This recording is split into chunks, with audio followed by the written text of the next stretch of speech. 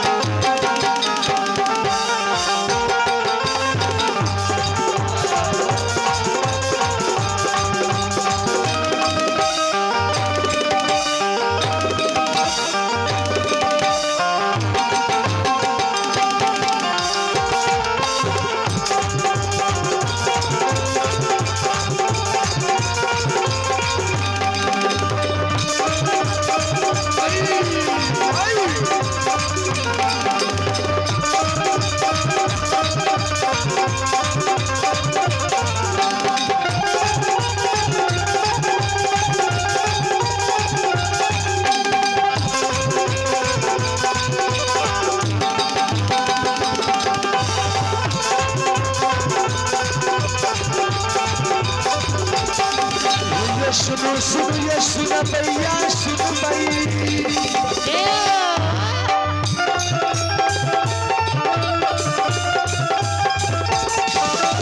सुनो सुनो ये सुनो भैया, सुन भाई, बाबू भैया मंगवार का सुन भाई,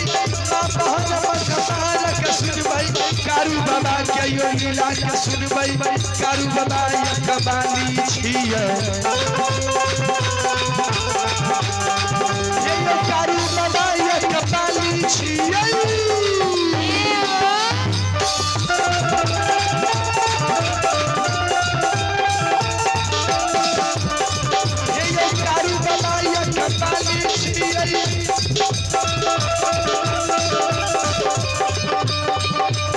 कारू बाबा मेरा मोहिया छियै, कारू बाबा समदर्शी छियै, ये कि बाबा पर सुल्तान गेल कहे, ओकरा बाबा यो मारल गेल कहे, बिगड़ल काम बना बाबा जल कहे, फोन के कमरा में डुरा बाबा जल कहे।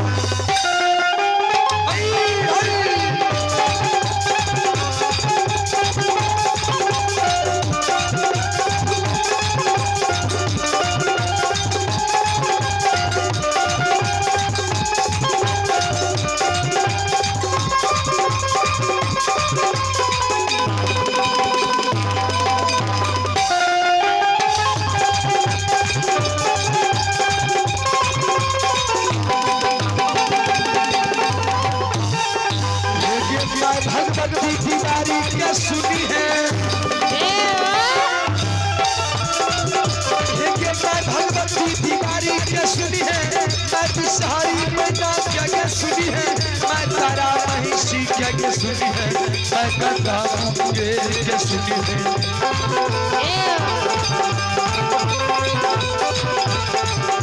यो घर के पापा सोखा सुनबई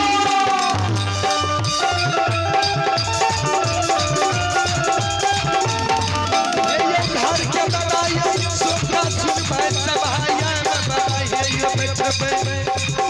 यो दनिया गुण पर पथिए लेबे यो दनिया गुण पर पथिए लेबे वहा गुण चले नहीं देबे यो करू बाबा महापुरा के सुनबई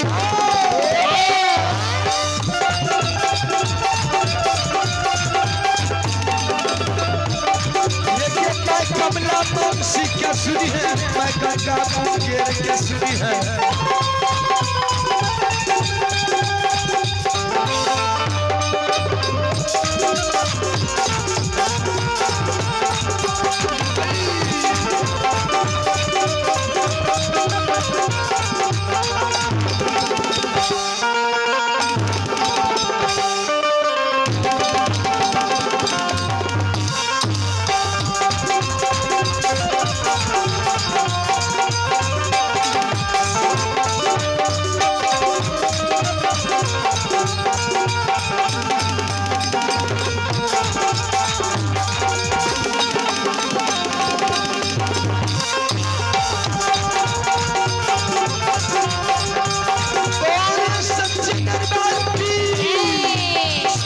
समाज की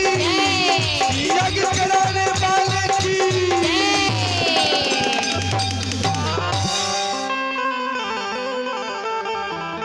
बाबूजी